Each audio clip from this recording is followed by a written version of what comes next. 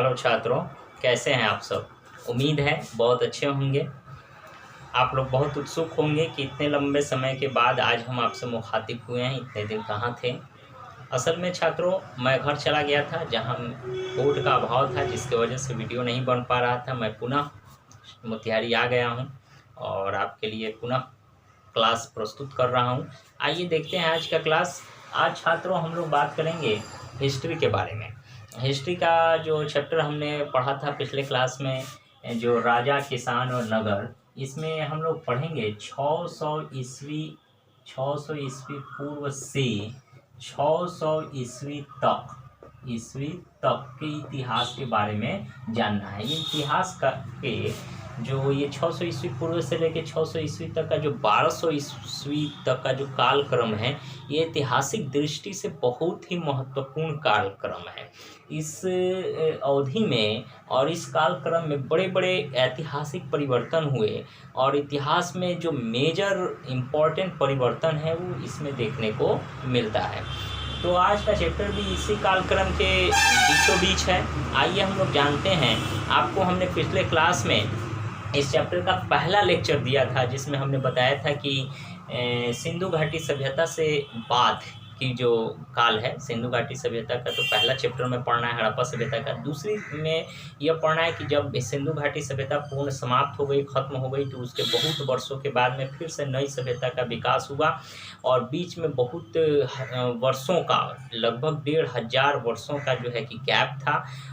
उसके बाद में फिर नई सभ्यता का जन्म हुआ और संभवतः माना जाता है मौर्य वंश का जो ये पहला सम्राट था, चंद्रगुप्त मौर्य, जिन्होंने इसकी स्थापना की थी। ये हमारा इतिहास का सबसे प्रथम जो है साम्राज्य की स्थापना करने वाला प्रथम राजा माना जाता है और ऐतिहासिक दृष्टि से बहुत ही महत्वपूर्ण इसलिए भी माना जाता है कि ये मौर्य साम्राज्य के जो संस्थापक थे चंद्रगुप्त मौर्य, इनके महामंत्री थे है ना, कौटिल्य, जिनको हम विष्णुगुप्त के नाम से भी जानते हैं और चाणक्य के नाम से भी जानते हैं।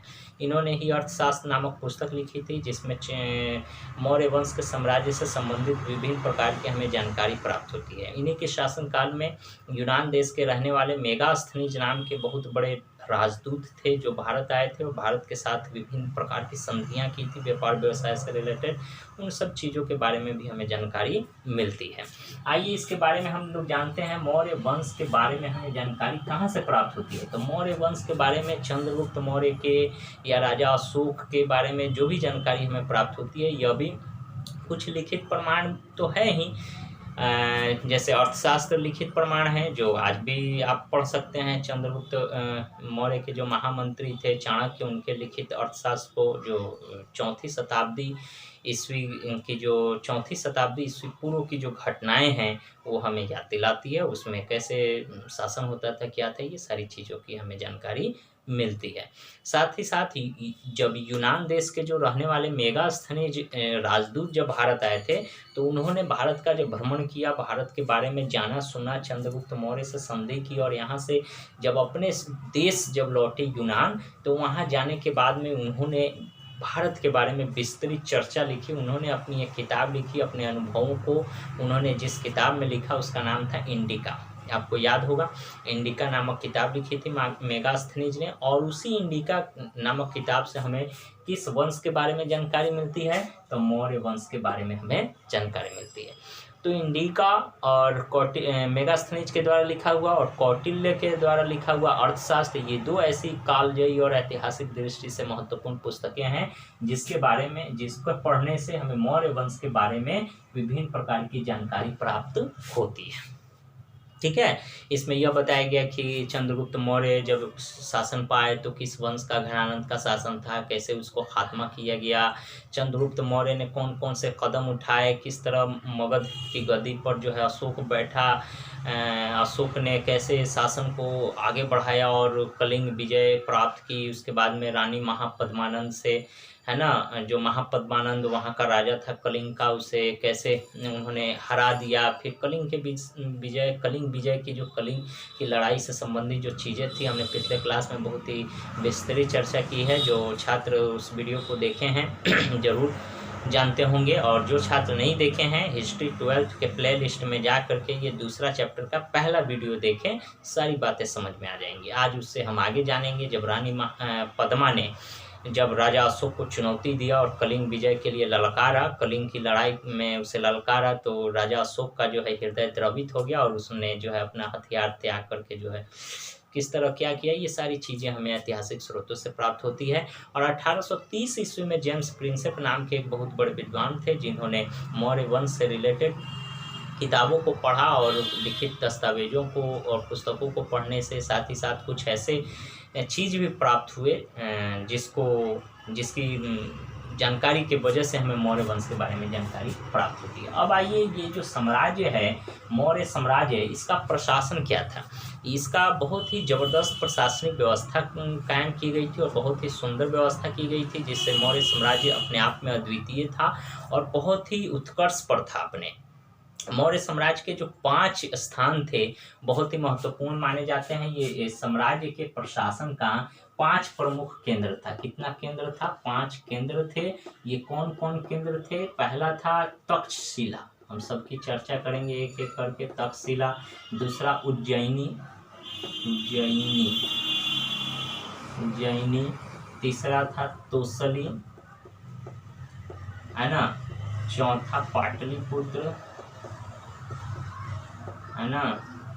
और 5वां था स्वर्णगिरी या स्वर्णसिरी, है ना। स्वर्णगिरी है, स्वर्णगिरी। अब तक्षशिला क्या है? दुनिया का सबसे बड़ा विश्वविद्यालय, पुराना प्राचीन विश्वविद्यालय, जो आज के डेट में पाकिस्तान में पड़ता है, तक्षशिला विश्वविद्यालय। और ये अपने ज़माने में जो है कि अपने उत्कर्ष के लिए जाना जाता था। न केवल भारत बल्कि विदेशों से भी बहुत सारे छात्र छात्राएं आते थे यहाँ पठन पाठन के लिए और विभिन्न प्रकार की पढ़ाई करके यहाँ से जाते थे। ये तक्षशिला विश्वविद्यालय अपने अतीत और वैभव के लिए बहुत ही जाना जाता है, माना जाता है। दूसरा उज्जैनी, जो व्यापार व्यवसाय के लिए, तोसली व्यापार व्यवसाय के लिए जाना जाता था, है ना। और पाटलिपुत्र जो है ये उज्जैनी जो है धार्मिक स्थान के रूप में इसी को उज्जैन कहा गया है, जो कि मध्य प्रदेश में पड़ता है। पाटलिपुत्र वहाँ का जो है क्या था? साम्राज्य का मुख्य राजनीतिक केंद्र था, यानी वहाँ प्रशासन चलता था, यानी वहाँ की राजधानी थी, है ना। साम्राज्य की राजधानी, मगध की राजधानी कहाँ थी? पाटलिपुत्र थी। और स्वर्णगिरी जो है कि खाद्य अयस्क या ये जो लोहा, ये सब चीज़ों के लिए बहुत ही माना जाता था। स्वर्णगिरी इसका नाम है। गिरी का मतलब होता है पहाड़, स्वर्ण का मतलब होता है सोना, सोना का पहाड़ इसका शाब्दिक अर्थ होता है। और ये आज भी जो है कर्नाटक में कोलार जो है सोने की खाने हैं वहाँ पर मौजूद है। यहाँ से ये सब सोना चांदी ये सब जाता था, रत्न वगैरह, और व्यापार व्यवसाय को बढ़ावा मिलता था। तो ये 5 जो केंद्र थे जहाँ से मगध साम्राज्य जो है संचालित होता था, ये साम्राज्य के प्रशासन का 5 प्रमुख केंद्र था। ठीक है, तो ये हमारे लिए सबसे महत्वपूर्ण है। अब आगे हम लोग जानेंगे हम लोग साम्राज्य के संचालन के लिए। ये साम्राज्य का संचालन ये 5 केंद्रों के साथ साथ और भी कुछ चीज़ों के लिए महत्वपूर्ण था। जैसे भूमि यहाँ थी, समतल भूमि, जिसके वजह से अधिक उत्पादन होता था, उपज होती थी। नदियाँ होती थी, जिससे नदियों से सिंचित भूमि जो है सिंचाई का काम होता था इन नदियों से, और उपज बहुत अधिक बढ़ जाता था। साथ ही साथ यहाँ खान पान की भी अधिक अच्छी व्यवस्था थी, खाद्य संसाधन की व्यवस्था थी। बहुत सारे संसाधन ऐसे थे, खनिज संसाधन, जिससे उत्पादन भी होता था विभिन्न प्रकार के, और भी बहुत सारे व्यापार व्यवसाय से भी रिलेटेड कार्य होते थे, जिससे ये साम्राज्य उन्नत और उन्नति के पथ पर अग्रसर रहता था। साथ ही साथ इस साम्राज्य के प्रशासन के लिए एक 6 प्रकार की समितियां बनाई गई थी। 6 समितियों का भी उल्लेख हमें मिलता है मौर्य साम्राज्य में। जो 6 समितियां विशेष अलग अलग कार्यों के लिए जानी जाती थी। पहली समिति थी जो रथारोही, यानी युद्ध संचालन करने के लिए। युद्ध अगर किसी राज्य से होता है तो उस युद्ध में कला और कौशल से जो है युद्ध विजयी पाने के लिए रणनीति की आवश्यकता होती थी, और इस रणनीति को कार्य रूप देने के लिए समितियों का गठन किया गया था। और ये समितियां अलग दिशाओं में रह करके अपने कार्यों का निर्वहन करती थी। पहली समिति थी जो नौसेना का संचालन करती थी, ठीक है। दूसरी समिति थी जो रथारोहियों का संचालन करती थी। तीसरा हाथियों का संचालन करती थी। चौथा अश्वारोहियों का संचालन करती थी। छठा खान पान की व्यवस्था करती थी। पांचवा खान पान की व्यवस्था करती थी। छठा जो है यातायात और जो है पैदल लोगों की व्यवस्था के पर ध्यान देती थी, बारीक चीज़ों की जहाँ कमी बेसी है उसे पूरा करती थी। तो ये देख रेख करने के लिए समिति बनी होती थी, और समिति एक दूसरे से कोऑर्डिनेशन और समन्वय स्थापित करके खूब बढ़िया से प्रशासन को, सेना को, राजा को, सेनापति, रथारोहियों, अश्वारोहियों, है ना, ये सारे लोगों के बीच समन्वय स्थापित करके युद्ध का संचालन बड़ी कौशलता से और अधिक अच्छे ढंग से किया करती थी। इसलिए ये साम्राज्य उन्नति के शिखर पर पहुंचा और इतिहास में एक महत्वपूर्ण वंश के लिए महत्वपूर्ण जो है साम्राज्य के रूप में स्थापित हो सका। तो ये साम्राज्य का हमें पता चलता है। अब आइए ये हम लोग जानते हैं मौर्य साम्राज्य हमारे लिए कितना महत्वपूर्ण था। मौर्य साम्राज्य हमारे लिए बहुत ही महत्वपूर्ण माना जाता है, क्योंकि यही साम्राज्य है जो पहला साम्राज्य माना जाता है। चंद्रगुप्त राजा को प्रथम राजा माना जाता है। महामंत्री चाणक्य का आज भी वो जीवित हैं इतने वर्षों बाद, आज से 2400 साल पहले, यानी 4वीं शताब्दी ईस्वी पूर्व की यह घटना है। लेकिन आज भी चाणक्य उतने ही जीवित हैं जितना लगता है कि थोड़े दिन पहले ही गुजरे हैं। तो ये बहुत ही इतिहास में चर्चित व्यक्ति हैं और ये बहुत ही चर्चित वंश भी है मौर्य वंश, इसलिए हमारे लिए बहुत ही महत्वपूर्ण भी माना जाता है। कुछ चीज़ें इसकी इतनी उल्लेखनीय है ऐतिहासिक दृष्टि से जिसके वजह से इसकी चर्चा बार बार की जाती है ना। इसमें प्रस्तर मूर्तियों का उल्लेख है। प्रस्तर मूर्तियों जो मौर्य साम्राज्य के समय मूर्ति कला भी उन्नत अवस्था पर थी, जो सूक्ष्म मूर्तियां बनाती थी, पत्थरों को काटकर प्रस्तर मूर्तियां बनाई जाती थी। ये मूर्तियां आज भी म्यूजियम में, अजायब घर में, संग्रहालय में रखा हुआ है, जो उस मौर्य साम्राज्य के युग की जो है हमें याद दिलाती है, इसलिए यह महत्वपूर्ण मानी जाती है। साथ ही साथ उस समय के जो राजा होते थे अपने नाम के साथ बड़ी बड़ी उपाधियाँ जोड़ते थे। शायद ये जो है कि अपने आप को देवता से जोड़ा करते थे, ईश्वर से जोड़ते थे, और आम जनता का विश्वास अपने ऊपर बनाए रखने के लिए ऐसे बड़े बड़े और महान उपाधियाँ को धारण करते थे, जो अपने आप को एक अलग और अद्वितीय स्थान धारण करते बतलाया जाता था। जैसे कि चीन के शासक अपने नाम के साथ स्वर्गपुत्र जोड़ते थे और यहाँ के शासक अपने नाम के साथ देवपुत्र जोड़ते थे। ऐसे बहुत सारे हमें जो है कि दस्तावेजों से और बहुत सारे वस्तुओं से खुदाई के द्वारा भी प्राप्त होता है। तो ये बहुत ही महत्वपूर्ण माना जाता है। साथ ही साथ मौर्य साम्राज्य जो है बहुत अधिक दिनों तक नहीं चल पाया, ये मात्र 150 वर्षों तक ही कायम रहा। ये मौर्य साम्राज्य मात्र इतिहास में 150 वर्षों तक ही कायम रहा, और उसके बाद में इसका जो है कि राजा अशोक तक 3 बिंदुसार है ना, चंद्रगुप्त मौर्य, बिंदुसार और अशोक, ये जो 3 राजा हुए बहुत ही महत्वपूर्ण और बहुत ही शक्तिशाली प्रतापी राजा हुए। लेकिन उसके बाद के राजा उतने अच्छे नहीं हो पाए और उतने शक्तिशाली और साम्राज्यशाली नहीं हो पाए जो इस साम्राज्य को, इस वंश को आगे चला सके। धीरे धीरे इनका खात्मा हो गया। बाद में नए वंश की शुरुआत हुई और इतिहास में एक नए युग की शुरुआत होती है, जिसके बारे में हम लोग अगले क्लास में भी चर्चा करेंगे। तो ये मौर्य साम्राज्य लगभग 150 वर्षों तक कायम रहा, उसके बाद यह खत्म माना जाता है। अब आइए हम लोग जानते हैं राजधर्म के नवीन सिद्धांत के बारे में, है ना। क्योंकि उस समय के जो राजा होते थे वो अपने नाम के साथ महत्वपूर्ण और बड़ा बड़ा ऊंचा और पदधारी है ना अद्वितीय नाम जोड़ा करते थे, जिससे अपने आप को आम जनता से ऊपर उठकर एक ईश्वर का पुत्र के समान प्रस्तुत करता था। और उस समय का ज़माना भी ऐसा था कि लोग भी उन्हें ईश्वर के पुत्र के समान ही देखते थे, ईश्वर का भेजा हुआ दूत मानते थे। ईश्वर से कम दर्जा किसी राजा को नहीं मिलता था। आज ना लोग अपनी नैतिकता खत्म कर दिए हैं। राजनीतिक नेता सब जो है इतना माने लीचरपन उतर आया है, जिसकी वजह से लोगों की आस्था, आम जनता की जो आस्था होनी चाहिए शासक में और जो नेतृत्वकर्ता में जो हमारा नेतृत्व कर रहा है, उनमें उतनी आस्था नहीं रही। उन्हीं की कमियां हैं। खैर उनकी इस गंदी राजनीति की हम बात नहीं कर रहे हैं, हम उस ऐतिहासिक उन राजाओं की बातें करते हैं जो किसी कर रहे हैं जो किसी जो है कि राज पुरुष, ईश्वर ईश पुरुष माना जाता था, है ना, देवतुल्य माना जाता था, ईश्वर का भेजा हुआ दूत माना जाता था, और एक आम आदमी उनमें उतनी ही आस्था रखता था जितना कि ईश्वर में अपने आराध्य में आस्था रखता था। तो राजा का बहुत ही ऊंचा स्थान होता था। और राजधर्म, यहाँ एक शब्द है राजधर्म। राजधर्म का मतलब जो राजा जिस धर्म को मानता था उसी धर्म को वहाँ राज्य के प्रत्येक लोग मानते थे, इसलिए उसे राजधर्म घोषित कर दिया जाता था, है ना। तो इसमें नवीन सिद्धांत का भी दिखाई पड़ता है। उस समय राजधर्म के नवीन सिद्धांत के अंतर्गत हम लोग बात करेंगे। इसमें पहला टॉपिक है दक्षिण के राजा और सरदार के बारे में। दक्षिण यानी जिस समय हमारे देश में मौर्य साम्राज्य का आधिपत्य था, शासन था, उस समय दक्षिण भारत में सरदार और कुछ सरदारियों का भी शासन था। सरदार और सरदारियाँ क्या होते हैं? सरदार का मतलब होता है कि कोई जो समाज होता है या समुदाय होता है उसका एक सबसे शक्तिशाली और प्रखर व्यक्ति होता है, उसे हम सरदार कहते हैं, जो कि बहुत ही मजबूत, ताकतवर, तेज तराज, है ना, बुद्धिमान, कौशल पूर्ण व्यक्ति होता था। और ये पद होता था एक प्रकार का सरदार का, और ये पद वंशानुगत होता था, जो एक पीढ़ी से दूसरे पीढ़ी, दूसरे से तीसरे पीढ़ी में हमेशा हस्तांतरित होती चली जाती थी, है ना, ट्रांसफ़र होती चली जाती थी।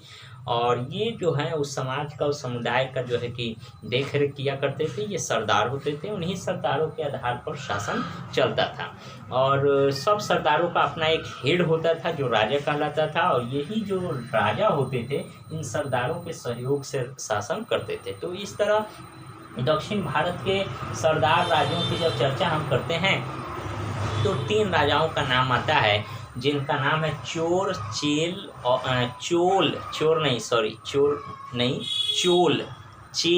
और पांड्य। मैं यहाँ लिख देता हूँ, चोल,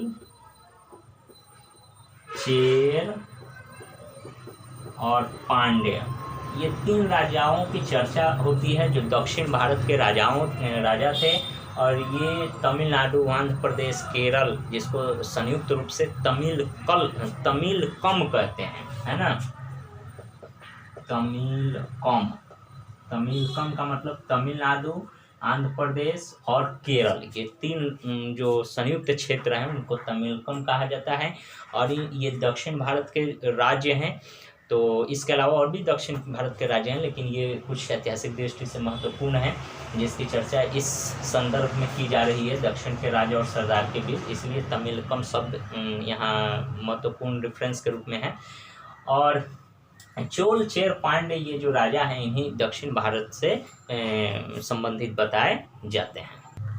इन चोल, चेर और पांड्य, ये जो चोल, चेर और पांड्य, ये जो 3 राजा हैं, इनके बारे में हमें जानकारी तमिल संगम साहित्य, तमिल भाषा में लिखा हुआ एक साहित्य है जिनका नाम है संगम साहित्य, है ना, इससे हमें प्राप्त होती है। तमिल संगम साहित्य से इन 3 राजाओं के बारे में पता चलता है कि ये राजा कैसे शासन में आए, कौन कौन से डिसीजन लिए, इनका साम्राज्य कहाँ से कहाँ तक कैसे फैला हुआ था, इनका पतन किस तरह हुआ, ये सब के बारे में हमें संगम साहित्य से प्राप्त होती है। उस समय जो सरदार होते थे, राजा होते थे, ये सब मिल करके राजस्व जुटाते थे, और इस राजस्व से उनके राज्य का कार्यभार चलता था, व्यापार व्यवसाय चलता था, देश का उन्नति होता था, है ना।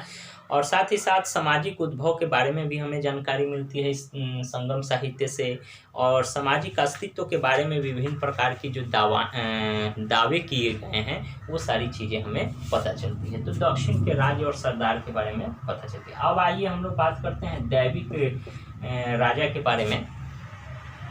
दैविक राजा जो है कि शब्द यहाँ है देव जोड़ इक, देवता इक प्रत्यय है, यानी देवता से रिलेटेड जो है, अपने नाम के साथ जो राजा होते थे अपने नाम के साथ देवता से जुड़े हुए, अभी हमने थोड़ी देर पहले बताया कि ईश्वर से जुड़े हुए कोई शब्द जो है वो लगा लिया करता था। इससे क्या होता था, उस राजा का स्थान आम लोगों से ऊपर और ऊंचा उठ जाता था, आम लोगों की आस्था उनमें बढ़ जाती थी।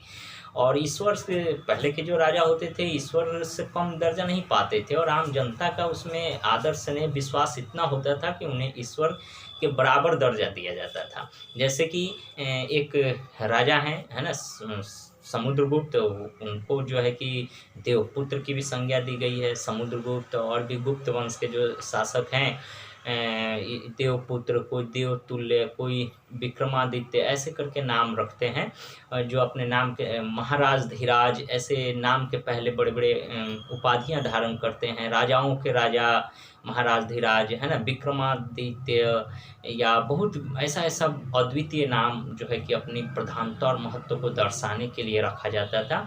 और शायद उस समय के जो राजा हैं चीनी राजाओं से प्रेरित होते थे। चीन के जो राजा थे वो अपने नाम के साथ स्वर्ग पुत्र भी धारण करते थे, इसलिए यहाँ के राजा देवपुत्र भी धारण करते थे। उन्हीं नामों से रिलेटेड जो राजा होते थे उन्हें दैविक राजा की उपाधि दी गई हुई थी, है ना। उस समय जो उत्तर प्रदेश और मथुरा के पास से कुछ देव स्थान पर शासकों की विशालकाय मूर्तियाँ भी हमें प्राप्त हुई है, जिन मूर्तियों में किसी राजा का चित्र है और बगल में देवता से रिलेटेड भी कुछ चित्र और कुछ सिंबल, प्रतीक लगाए गए हैं, जिससे यह पता चलता है कि पहले के ज़माने में जो राजा होते थे वो किसी देवता से, ईश्वर से अपने आप को संबंधित बनाते थे, जिससे आम प्रजा में उनका जो है महत्व बढ़े और आदर स्नेह लोगों से मिले। साथ ही साथ कुषाण शासकों के नाम के आगे भी देवपुत्र, मैंने अभी थोड़ा देर पहले समुद्रगुप्त की चर्चा की, तो कुषाण वंश के जो शासक होते थे, जैसे कनिष्क कुषाण वंश के शासक थे, जिन्होंने हमारे देश में जो कैलेंडर चलता है ना, शक संवत, उसकी शुरुआत उन्होंने ही की थी। 78 ईस्वी में शुरू हुई थी, इसे याद रखना है। और 4वीं शताब्दी ईस्वी में गुप्त साम्राज्य सहित कई साम्राज्यों का भी साक्ष्य मिलता है। साथ ही साथ हमें राजाओं के बारे में भी पता चलता है कि ये जो राजा होते थे अपने नाम, अपने आदर्श या अपने सिद्धांत या अपने कुछ महत्वपूर्ण फैसले बड़े बड़े दस्तावेज पर या चट्टानों पर किया करते थे, जो साक्ष्य के रूप में आज भी हमें पुरातत्वों में खोज के दौरान प्राप्त होती है, किताबों पे भी प्राप्त होती है, सिक्के, साहित्य, सिक्कों में प्राप्त होती है। कुछ ऐसे सिक्के भी आपको मिलेंगे जहाँ राजाओं के चित्र बने हुए हैं, कुछ लिखे हुए हैं, कुछ चित्र बने हुए हैं ना। साथ ही साथ ऐतिहासिक कुछ साक्ष्य भी मिलते हैं, जैसे समुद्रगुप्त जब राजा बने तो उनके समुद्रगुप्त के शासनकाल में हरिशेन नाम के एक राज्य कवि होते थे, जिन्होंने प्रयाग प्रशस्ति लिखी थी, है ना। इलाहाबाद के बारे में, है ना, इलाहाबाद स्तंभ अभिलेख से हमें प्राप्त होता है। उस समय इलाहाबाद का नाम प्रयाग राज के नाम से जाना जाता था। आज भी इलाहाबाद नहीं है, थोड़े दिन पहले योगी सरकार ने इलाहाबाद का नाम प्रयागराज कर दिया गया, उनके द्वारा कर दिया गया। तो ये प्रयाग प्रशस्ति किन के द्वारा लिखा गया था? हरिसेन के द्वारा। हरिसेन कौन थे? समुद्रगुप्त के राजकवि थे। तो समुद्रगुप्त के राजकवि हरिसेन के द्वारा जो प्रयाग प्रशस्ति लिखा गया है उसमें इसी दैविक राजा के बारे में विशेष चर्चा की गई है कि समुद्रगुप्त ऐसे राजा थे, इस तरह थे, है ना। तो ये सब हमारे इतिहास की जो महत्वपूर्ण बातें थी। और भी बहुत सारे चैप्टर्स, बहुत सारे टॉपिक इसमें पढ़ना है आप लोगों को। आज मैं आपको एक चलते चलते कुछ इम्पोर्टेंट चीज़ बता देता हूँ। कुछ छात्र ऐसे पूछ रहे थे कि जैसे सिंधु घाटी सभ्यता जो शुरू हुई थी लगभग 2600 ईस्वी पूर्व से लेकर 1900 ईस्वी पूर्व तक यह कायम रही और समाप्त हो गई। इसका फैलाव सिंध, है ना, सिंध, पंजाब, गुजरात, राजस्थान, हरियाणा, राखीगढ़ी, बनावली, बहुत सारे जगहों तक फैला हुआ है। तो आज का वो कौन कौन सा जगह है जो सिंधु घाटी सभ्यता से जुड़ा हुआ है, ये अक्सर एग्ज़ाम में आते हैं, प्रतियोगिता परीक्षाओं में आते हैं। साथ ही साथ अभी हाल ही में जो 12th का एग्ज़ाम हुआ है उसमें भी आया था। तो इसके लिए मैंने एक ट्रिक बनाई है, उस ट्रिक को आप लोग याद कर लें, जिसके वजह से आप को ये सिंधु घाटी सभ्यता का वो कौन कौन सा स्थान है जो महत्वपूर्ण है याद रखने में दिक्कत नहीं होगी। चलिए, सबसे पहले हम आपको बताते हैं, आपके पास जब एंड्रॉयड फ़ोन होगा, जैसे ये वीडियो आप देख रहे हैं, तो इस एंड्रॉयड फ़ोन में किसी भी स्थान को देखने के लिए किस ऐप का इस्तेमाल करते हैं? मैप का इस्तेमाल करते हैं। याद आया? मैप में क्या होता है? GPRS होता है, लोकेशन होता है, नहीं लोकेशन होता है। जैसे ही लोकेशन ऑन करते हैं, मैप में जाते हैं, स्थान का नाम डालते हैं, उस जगह पर चले जाते हैं। तो उसमें वो किस बेसिस पर काम करता है? GPRS के मैंने बेस पर काम करता है। तो GPRS बहुत ही फेमस शब्द है। GPRS जो है कि बहुत ही माने रियलिस्टिक वर्ड है, यानी समझिए कि बहुत ही वास्तविक अर्थ देने वाला, माने एकदम फेमस लोकप्रिय शब्द है, जो जिसको एक बार जबान पर चढ़ गया तो भूलेंगे नहीं। जीपीआरएस, जीपीआरएस है ना, बस इतना याद रखना है, जीपीआरएस, जीपीआरएस, ठीक है, जीपीआरएस। अब आपको बताना है कि सिंधु घाटी सभ्यता, जो हमारी सिंधु घाटी सभ्यता है, उसका लोकेशन कहाँ से कहाँ तक है, फैलाव कहाँ से कहाँ तक है, तो उसके लिए यही जीपीआरएस है। जी का मतलब है Gujarat, G for Gujarat, Gujarat. P for Punjab, Punjab. R for Rajasthan, Rajasthan है ना। और एस फॉर सिंध, सिंध क्या है, तो पाकिस्तान में एक राज्य है जिसका नाम सिंध है ना। वह सिंधु नदी के किनारे होने की वजह से उसे सिंध कहा गया है। और उसी का कुछ हिस्सा, जैसे जन गण मन में आप लोग पढ़ोगे पंजाब सिंध गुजरात मराठा आया, तो पंजाब सिंध आया ना, तो वो सिंध, पंजाब भी राज्य है, सिंध गुजरात मराठा मतलब महाराष्ट्र, ये सारे राज्यों के नाम है। भले बाद में हमारे देश का जब बंटवारा हुआ तो वो सिंध पाकिस्तान में पड़ गया, हालांकि राष्ट्रगान में सिंध आज तक भी है ना। तो वो सिंध एक स्थान के रूप में है।